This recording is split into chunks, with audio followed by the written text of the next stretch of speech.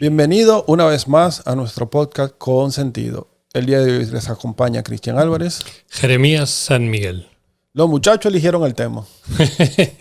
Son peligrosos. Son peligrosos, sí, porque el tema que eligieron los muchachos fue competencia entre parejas. Cómo pasar de compararse a cooperar sin perder el individualismo. Esa es una frase larga. Casi ya la solución. Sí. Ya,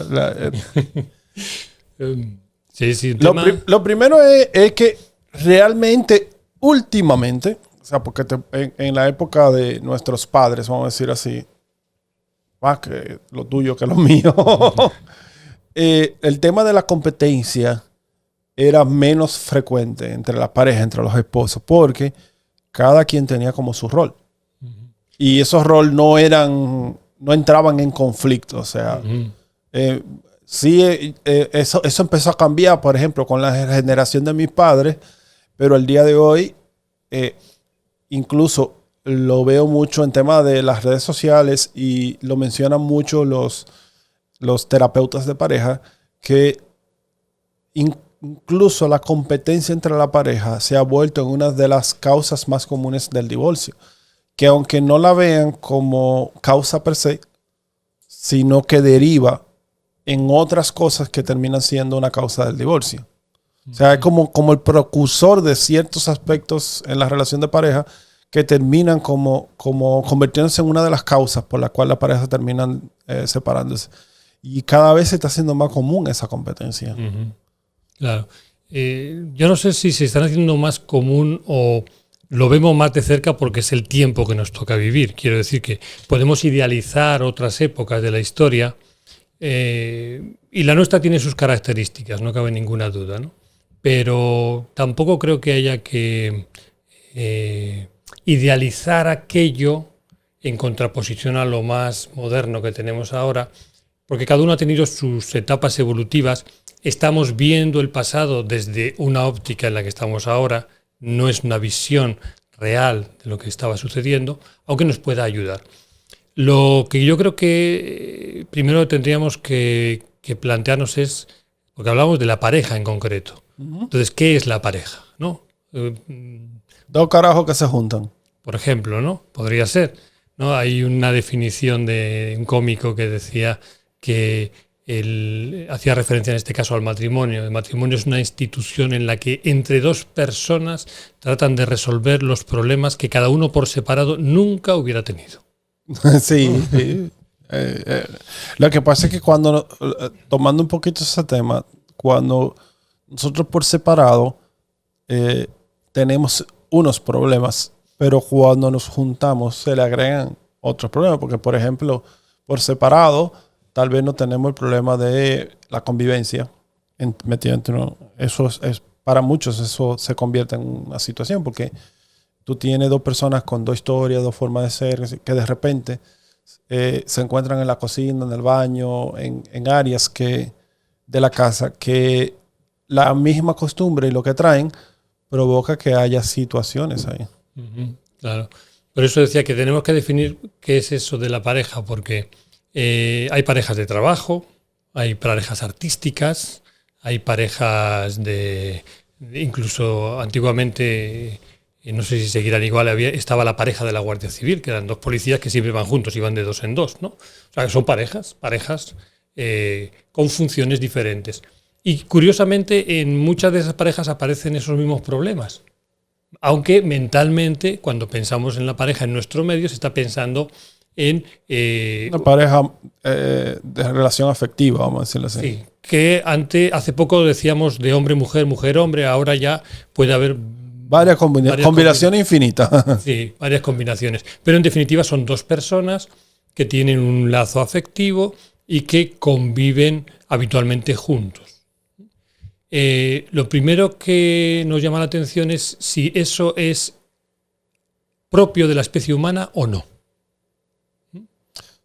Bueno, hay especies que se comportan similar en el sentido de que generan un vínculo entre un macho y una hembra que parecería un vínculo de pareja porque después que ese vínculo se genera, prácticamente todas sus actividades se hacen en colaboración entre ellos dos. O sea, se parecería, no exactamente igual, porque hay cosas de más, cosas de menos, pero se parecería a una relación de pareja. Claro. Antropológicamente, por lo que se sabe a día de hoy, esa costumbre o ese dado por hecho, esa forma de convivencia es moderna dentro de la especie humana. Todo lo que, imagínense que hemos llegado desde la historia más reciente, porque estamos hablando de miles de años para atrás, pero de la historia más reciente hemos visto cómo las personas convivían en clanes, convivían en grupos grandes, convivían luego en familias que eran muy numerosas, hasta llegar a la familia prácticamente monoparental, ¿no? De una sola persona, de dos personas, ¿no? Hemos pasado de convivir 40, 60 personas en unos grandes caseríos o en unos grandes entornos a la convivencia de papá, mamá y niño. Y en un momento el niño se hace grande, se va y nada más quedan papá y mamá. Solos con unos vecinos que prácticamente desconocen. Con dos perritos. Dos perritos, ¿no? Porque tiene que haber uno para cada uno. Claro, que ese es otro tema, ¿no? Ese es otro tema cuando uno busca una pareja a la que dominar adecuadamente, el perrito es ideal. Maravilloso, ¿no? Porque suele obedecer, ¿no? Bien, entonces una vez que vemos que a lo mejor no es tan propio o imperativo, podremos decir, en la convivencia humana, nos planteamos de que hoy en día hay una serie de paradigmas, de ideas de cómo tienen que ser las cosas, de cómo tienen que ser las relaciones que se imponen, y uno de ellos probablemente es este de la pareja humana, que tiene mucho que ver con el amor romántico, con un concepto y con una idea, ¿no? Cuando se impone un modelo, sabiendo que la humanidad ha crecido con innumerables modelos, cuando no puedes elegir, cuando no puedes ajustar el afecto, el cariño, la complacencia, la afinidad en torno a ideales, cualquiera de estas cosas no la puedes instrumentalizar con un tipo de relación muy específica, que es la que tú elaboras con otra persona, sino que tienes que ajustarte tú a una definición, a un marco hecho, probablemente duela. Como pasa con los zapatos. Hay tallas de zapatos, pero si una talla te queda bien en un pie, en el otro probablemente no. Y hay que acostumbrar al pie a ver quién puede más, si el pie o el zapato, ¿no? Sí, pero incluso ese mismo esquema de pareja monoparental, como lo menciona, o sea, vamos a decir, uno y uno. Es más común, o nosotros lo vemos como algo que debería ser el estándar en la parte, en esta parte del mundo, vamos a decirlo así. Porque si tú te vas, por ejemplo, a los países árabes, tú te encuentras una relación donde hay un hombre que tiene 6 esposas, 5 esposas, y eso se vuelve una relación que no es muy... que nosotros lo vemos como algo distinto, pero existe. Y existe y tiene muchos años existiendo, y existe una cultura alrededor de eso que lo ha hecho viable para ellos. Claro. Pero tú fíjate qué curioso en lo que comentas, ¿no? Que cuando oímos esa afirmación, es que hay un hombre que tiene 6 mujeres en el Islam. No, creo que el límite son 4, ¿eh? Y no todos quieren, no. En absoluto. No, pero imagínate. Pero fíjate que tú dices que el hombre tiene. Ya estamos hablando de una situación en la que uno posee al otro. Hay una posesión y, curiosamente, él es el que posee. No dice, hay 6 mujeres que comparten a un pobrecito pendejo. No. Se plantea desde una estructura de pensamiento, de un poder, en este caso podríamos decir machista, pero fundamentalmente poder, y desde la óptica en la que de alguna manera nos choca mucho en nuestra manera, en nuestra forma de plantearnos la vida. No nos planteamos cómo conviven, cómo se llevan, simplemente que nos choca en nuestra estructura mental. Sí, pero a lo que me refería, que aún en nuestro tiempo existen cosas diferentes. Pero son excepciones, ¿no? Los medios de comunicación de masas nos van llevando hacia fórmulas que que cada vez se parecen más en todas partes del mundo. Y uno ve series, películas de Oriente, de cualquier sitio, y ven que siguen los mismos modelos que se plantearon desde Disney, etcétera, de una manera de entender la vida. Creo que lo interesante es ver que hay unos conceptos, unas experiencias humanas que requieren instrumentalizarlas y relacionarnos de una determinada forma. Bien, lo que no deberíamos permitir es utilizar moldes rígidos que van a deformar finalmente esa relación. Si tenemos dos personas que conviven en torno a una idea, a un ideal, a una vocación, aunque sea una empresa, un trabajo, un juego como puede ser el tenis, el fútbol, o formar una familia, tener hijos, ¿no? Son parejas y son uniones que van a durar un tiempo, no sabemos cuánto, y que tienen un objetivo, y cada uno es diferente. Nosotros, cada ser humano, se vincula con los demás para buscar diferentes, o satisfacer, o dar cumplimiento a diferentes objetivos, diferentes sentidos de su vida. Y se va a reunir con su amigo para tomar una cerveza, con otro grupo para ver el fútbol, con otro para trabajar. Es decir, que tenemos una variedad amplia de expansiones, de expresiones, de formas de vida. Cuando caemos en esa trampa de esos modelos, como puede ser el del amor romántico, de repente nos encontramos en una situación en la que le exigimos a la otra persona que cumpla el rol de todos aquellos a los que hemos renunciado, porque el amor es exclusivo. Entonces, si yo solamente tengo que estar contigo, porque la pareja, tú tienes que cumplir todo eso, y eso es absolutamente imposible, porque a lo mejor a esa persona no le gusta el fútbol, o no le gusta el tenis, o no le gusta caminar, o no le gusta comer vegetariano, o no le gusta comer carne, es distinto. Entonces van a haber siempre muchos motivos de fricción entre unos y otros, porque le estamos exigiendo a esa persona, y el que se siente exigido ve que no puede dar y se va a sentir minusválido. Inevitablemente uno va a tratar de convencer al otro de que sea lo que uno quiere. Cuando nos encontramos con situaciones así, yo muchas veces les digo a las personas que nos consultan, ¿no?, con los que hablamos, que son muchas veces mujeres, si una mujer insiste en que un hombre cambie, si insiste, lo va a conseguir, se va a poner mucho peor. Va a cambiar. Va a cambiar, pero a peor siempre. ¿Por qué?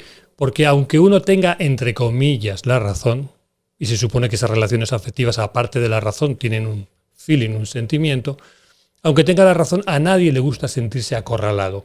Y cualquier ser vivo, cuando se convierte en acorralado, inevitablemente se va a poner agresivo o autoagresivo, como el escorpión, ¿no? Y se va a aniquilar. Esa es una de las características, hoy en día, podríamos decir, de nuestra convivencia de pareja, que, por otra parte, no difiere de cómo nos planteamos la vida con los demás. Es decir, nosotros tenemos, por ejemplo, un vendedor va a vender algo. Entonces ya tenemos el vendedor y el comprador. Ya tenemos una pareja. ¿Cómo nos relacionamos? ¿Bajo qué idea? ¿Bajo qué aspiración? Bajo la aspiración de servirte, de que tú te lleves lo mejor para ti y que yo gane lo mejor para mí, los dos, y estamos negociando, o bajo la idea de engañarte y conseguir que tú te lleves lo que yo quiero, desprenderme de ello, o aquello con lo que yo voy a ganar más, pero no me interesa saber si a ti te va a servir o no. ¿Cuál es el vínculo, no? ¿Cómo nos lo planteamos? Porque igual que nos lo planteamos hoy en día, estamos bajo la idea del hombre económico. Todo parece que se habla, se resume y se condiciona en base a la economía y a las ganancias y al dinero. Si me lo planteo así, obviamente yo siempre voy a tratar de hacerlo, incluso en las otras relaciones, de la misma manera. Y son relaciones que deberían fluir bajo otras coordenadas distintas, claro. Hay una idea que a mí me parece muy interesante, y es que cuando tú comentabas en torno a las parejas, ¿no?, nuestra cultura es una cultura polígama, absolutamente polígama, aunque digan lo contrario, ¿no? O poliándrica, si queremos, también. ¿Por qué? Porque cuando uno de nosotros habla con cualquier otra persona, esa persona ha convivido no con una pareja, habitualmente con 2, 3, 4, 5, 6, etcétera, a lo largo de su vida. Es decir, no hay, como ponías el planteamiento de los animales, ¿no? Como el lobo, así, que tiene una pareja para toda la vida, ¿no? En nuestra especie se comporta de esa forma. Amén de las situaciones reconocidas o no reconocidas en las que se dan esas convivencias no, porque múltiples. hay algunos que lo hacen simultáneo. Sí, claro, claro. O sea, pero al final, o sea, eso mismo que tú planteas, y según lo que yo veo que estaban tratando de exponer los muchachos, era que a ese elemento, a esa dificultad que hay en una relación de pareja, tú le agregas el elemento de que exista una competencia en el sentido, vámonos, para tratar de ponernos simple, vamos a ver una competencia en el sentido profesional y económico. Pone un poquito más difícil el asunto de la relación de pareja. O sea, porque tú acabas de mencionar un grupo de puntos que habría que tomar en cuenta, y a eso tú le agregas un elemento moderno, más moderno aún, que es el hecho de que, ok, estamos juntos, pero aparte de eso existe un proceso de comparación dado por la sociedad que invita a que un miembro de la pareja se compare con el otro y intente competir con esa persona. Y eso va degenerando en situaciones que la misma competencia a veces lleva. O sea, cuando tú hablas de competencia, se supone que uno gana y uno pierde, porque compitiendo, ¿qué tal? Claro, efectivamente. Entonces se va empujando a ese proceso final donde al final de la competencia uno tiene que ganar y otro tiene que perder. Claro. Pero ahí la pregunta sería, en un contexto de pareja, ¿qué sería ganar y qué sería perder? Claro. Desde que nosotros nacemos, lo que hacemos y como aprendemos y nos desarrollamos es jugando.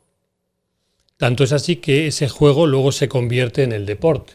Y el deporte se convierte históricamente en un ganar y perder. El otro no es un compañero de juego, es un rival. Eso, que luego se extrapola a todas las áreas de la vida, cuando llegamos al nivel de pareja, nos vamos a encontrar con lo mismo. El otro es un rival. Estoy hablando en genérico, habrá excepciones y ojalá, pero siempre eso está ahí como algo con lo que tenemos que tener una alerta para no caer precisamente en ello. Nos podemos preguntar, ¿cuál es el objetivo de estar juntos? ¿Para qué? ¿Por qué? Pues bueno, uno será por accidente, otro porque le dio un subidón hormonal, otro porque no sabía qué hacer, otro porque se sentía mal y alguien le hizo caso, otro porque no se bebió la patilla. Por ejemplo, sí. Otros porque se sintieron enamorados, otros porque entienden que debe ser así. Hay multitud de posibilidades, pero nos podemos preguntar no solamente por qué, sino ¿para qué? ¿Para qué? ¿Para qué estamos juntos? Cuando el para qué no está claro, y no está claro en cada uno, en sí mismo, probablemente surja esa rivalidad. Cuando el para qué está claro es más difícil. ¿Cómo entendemos desde la óptica de lo que llamamos en la medicina china, en la escuela Neichin, el soplo espiritual sensible, cómo entendemos que debe ser esa relación? Debe ser una relación más allá del tiempo, es decir, no importa el tiempo que dure, no importa cómo se manifieste, pero tiene que favorecer el crecimiento y el desarrollo de lo que cada uno de los individuos es. No puede mermarlo. Cuando empieza a mermar, cuando empiezan las normas, las prohibiciones, las dificultades, la censura, la autocensura, no hace falta que sea el otro. A veces, como el esquema está tan metido en la cabeza, uno mismo se boicotea. Entonces comienza un camino de destrucción, que es hacia donde nos lleva esa competitividad. Lleva inevitablemente a la destrucción. ¿Por qué? Porque aunque uno diga que gane, es lo que se llama clásicamente una victoria pírrica. Ganó, pero destrozado. Y el otro quedó mal. Y el campo de batalla... Y perdió, para colmo. Y el cambio de batalla, que el hogar quedó destruido. Quedó destruido. Entonces, no hay ganancia posible ahí. Todo es pérdida. Porque el para qué, el objetivo, el sentido de confluir en un momento determinado es el crecimiento de cada uno. Para eso, y eso creo que es muy interesante, cada uno tiene que hacer un trabajo personal para crecer, para reconocerse, para aprender, para tener algo que ofrecer al otro. Porque muchas veces las relaciones de pareja, del tipo de pareja que sea, ¿no? Incluso laboral, se fundamentan en la exigencia de lo que el otro, como me ama, me tiene que dar. Cuando la aproximación que podemos hacer a ese sentimiento de amor es precisamente dar, no recibir. Lo que se busca es dar. Pero para dar algo hay que tener algo, hay que cuidar algo, hay que cultivarlo. Si yo no lo tengo, si yo no siento un cariño, un afecto, un desarrollo hacia mí mismo, si no busco crecer yo, si no busco amplificar mi consciencia, si no busco rectificar errores, si no busco eso, no puedo dar eso. Entonces, en resumen, diríamos que el tema es que para evitar la competencia debemos de tener el objetivo de la relación clara y basados en ese objetivo, cada cual coopera ofreciendo, dando lo que tiene para dar en el cumplimiento de ese objetivo. Y dando como pareja es que vamos a crecer cada quien individualmente. Claro, y contemplar cómo cada uno de los seres crece, se desarrolla, se desenvuelve, evoluciona, sin mermar al otro. Esa puede ser como un planteamiento que nos puede dar una luz de que vamos por un camino creativo, adecuado y saludable. Bueno, yo creo que con ese último mensaje podemos cerrar este capítulo del día de hoy. Así que muchas gracias por habernos dado ese mensaje a todos. Cualquier cosa pueden comentar, suscríbanse al canal y por favor denle a la campanita. Sin más, se despide Cristian Álvarez. Jeremías San Miguel.